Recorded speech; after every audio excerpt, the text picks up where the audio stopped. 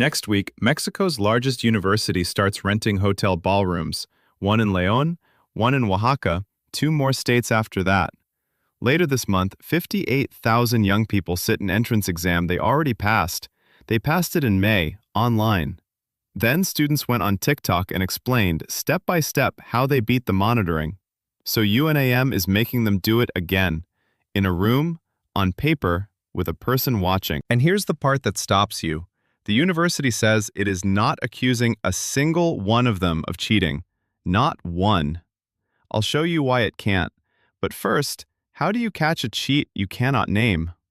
Two of the biggest stories about AI and school this year are wrong, and I'll correct both. And there's one detail I haven't stopped thinking about.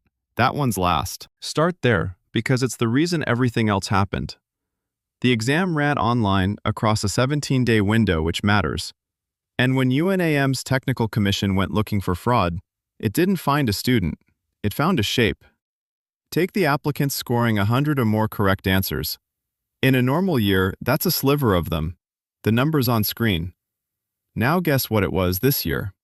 Not double, not triple, nearly 5 times. In medicine, the country's most competitive program, it went from under 1 in 10 to almost 1 in 3.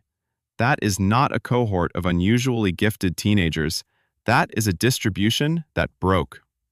But look hard at what that evidence can do. It proves something happened. It cannot point at anybody. Every one of those high scores could be the honest one, which is exactly the trap the most famous piece of AI cheating evidence in the world just fell into. You've seen this one. A professor at Brown said a take-home midterm. The class averaged far above anything he'd seen. So, he announced the final would be in person, no computers. A third of the class vanished, dropped or didn't show. Almost every one of them had aced the midterm.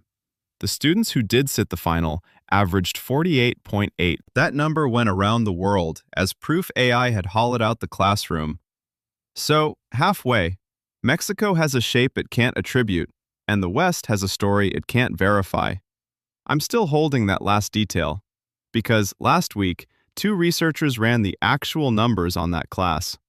Normally, midterm and final scores track each other. Good students tend to do well twice. Here, the relationship was 0.06, essentially none. Their conclusion, in their words, the scores cannot identify which students, if any, use unauthorized assistance. One professor, one class, no control group, a harder exam in a different format. Every one of those moves a score. It might still be true. It was never proof. Here's the study nobody shares, because it has no villain in it. Berkeley pulled more than 500,000 grades across 7 years. Then, it compared the same courses before and after ChatGPT. The share of A grades rose 13 points. And the rise was largest exactly where you'd predict, in courses where homework carried more of the grade. That's the fingerprint. Not students getting smarter, work that happens away from supervision getting easier. And students aren't hiding it either. In UK universities, the share using AI for assessed work went from about half to nearly 9 in 10. That took a single year. But be careful with that number, because almost nobody covering it is. Ask what they actually use it for, and it's mostly explaining concepts and summarizing reading. The share pasting AI-written text straight into work they submit is under 1 in 5. That is still a lot of people. It is not everyone. So that's the classroom. The job market is where this stops being an argument. Everyone told you AI would take the coding jobs. So check it. Stanford went through real payroll records, not surveys, covering millions of workers. The youngest software developers, the ones just out of school, are down about a fifth from their peak. Now guess what happened to developers over 30 at the very same companies? Up. And the Bureau of Labor Statistics still projects the profession grows this decade. So software isn't dying, the entry level is. Nobody knocked the ladder over, somebody took the first rung off it. And that is what the classroom story is really about. A junior's job used to be the supervised, repetitive, slightly boring work. AI now does supervised, repetitive, boring work. So the place where people used to quietly become competent has closed. which makes what happened next genuinely strange. One man argued that students who let AI think for them are wrecking themselves. 3 weeks later, he published this. Writing code by hand is becoming irresponsible. Same man. That's Freddy Vega. He runs Platzi, the biggest Spanish-language tech school on the internet. The first video has 220,000 views. The second went up on Friday. And they read like opposite advice from one person in 1 month.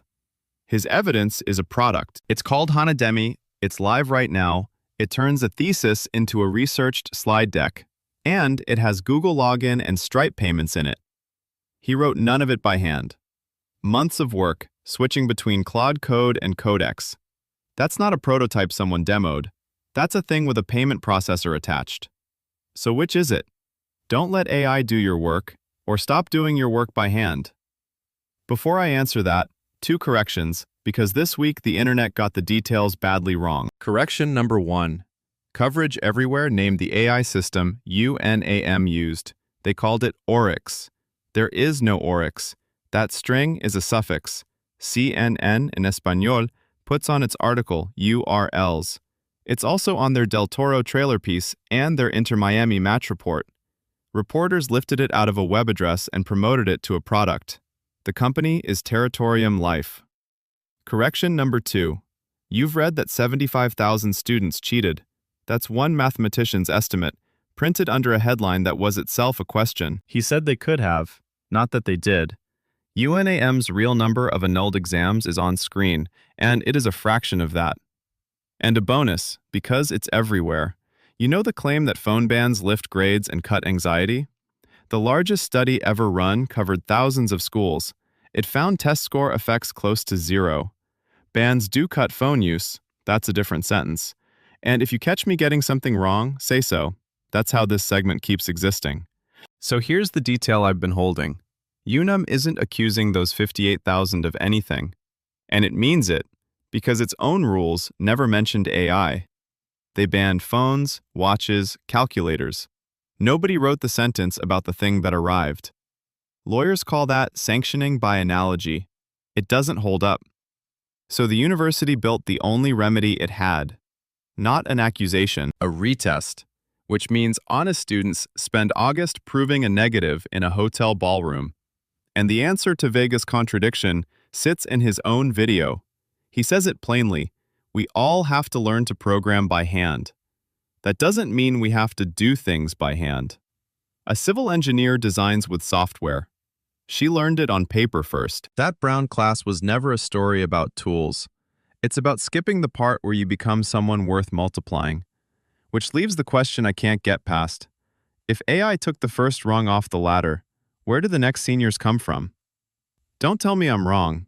Tell me what would change your mind. Best answer, I read out loud next week.